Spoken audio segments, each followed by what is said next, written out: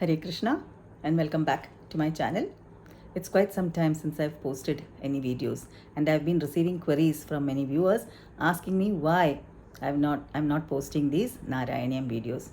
Actually, I was held up with certain other matters and that's why I couldn't post. Anyway, I was happy to know that so many of you are watching these videos and following it up. Thank you so much. We stopped with chapter 53 or Dasakam 53 of the Sriman Narayaneeyam, and today let's do chapter 54. Okay. Like we all know, this Sriman Narayaneeyam, written by Sri Melpattur Narayana Bhattathripad, is a condensed version of the Srimad Bhagavatam. And the next three chapters, that is 54, 55 and 56, narrate the story of the serpent Kaliya. Now these two chapters, 54 and 55, correspond to Canto 10, chapter 15, verses 47 to 52, and chapter 16 and 17 of the Srimad Bhagavatam. Okay, and this chapter 54, states the reason for the serpent Kaliya coming into the river Kalindi or river Yamuna. Okay, so let's get started. Like I've said earlier, these classes are not these sessions are not a full-fledged class. It's just a brief description or a brief translation of each chapter, meant for beginners, meant for newcomers. Okay, so let's read the first shloka as usual, the first verse as usual, and then discuss. Okay. त्वल्सेवोत्कः सौभरिर्नाम पूर्वं कालिन्द्यन्तर्द्वादशाब्दं तपस्यन् मीनव्राते स्नेहवान् भोगलोले तार्क्ष्यं साक्षादैक्षताग्रे kadachil. So the poet Sri Melpattur Narayana Bhattathripad starts by saying, O Lord, once the sage Saubhari, who was eager to serve thee, remained submerged in the waters of the Kalindi or the waters of the Yamuna for 12 years, performing severe austerities. There he became attached to the fish who was sporting in the water. And one day he happened to see Garuda, the Lord Vishnu's mount carrier, right in front of his eyes. Now Garuda, who was very hungry, ate the fish. And Saubhari Muni or sage Saubhari got very angry and he cursed Garuda, saying, if ever you happen to harm the creatures in this river, you will also lose your life. Okay. Now the sage was very attached to the fish, and this made him curse the bird for eating the fish, which was his natural food. Okay. And at that time, the serpent Kaliya,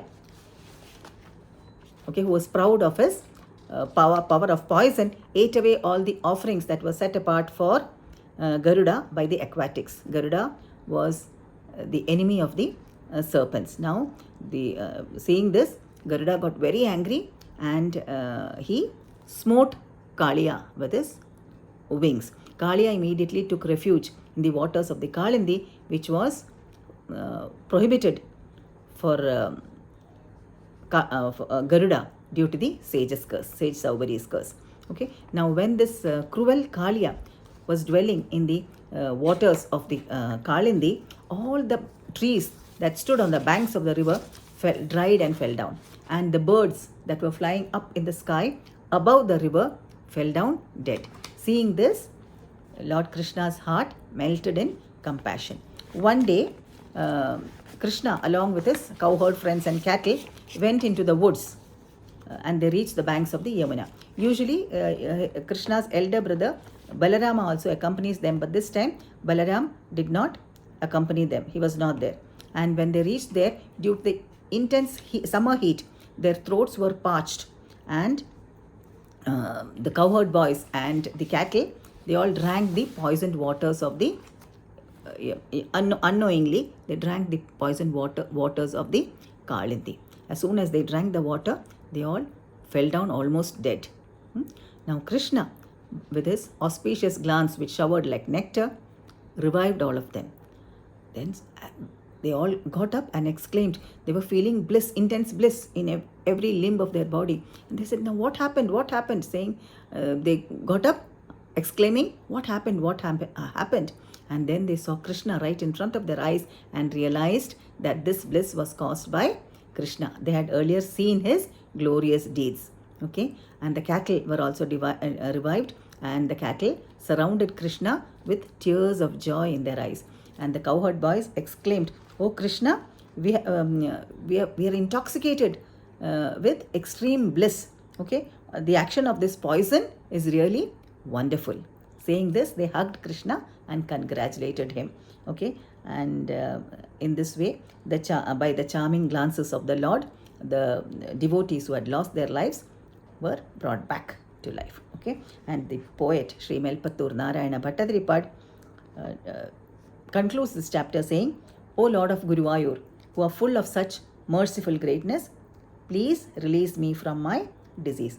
Melpattur was suffering from acute arthritis. Okay, so that's about chapter 54. Now next I'll see you all soon with chapter 55. Okay, and if you all do like these videos, please do like, share, comment and subscribe. Thank you for watching. Hare Krishna.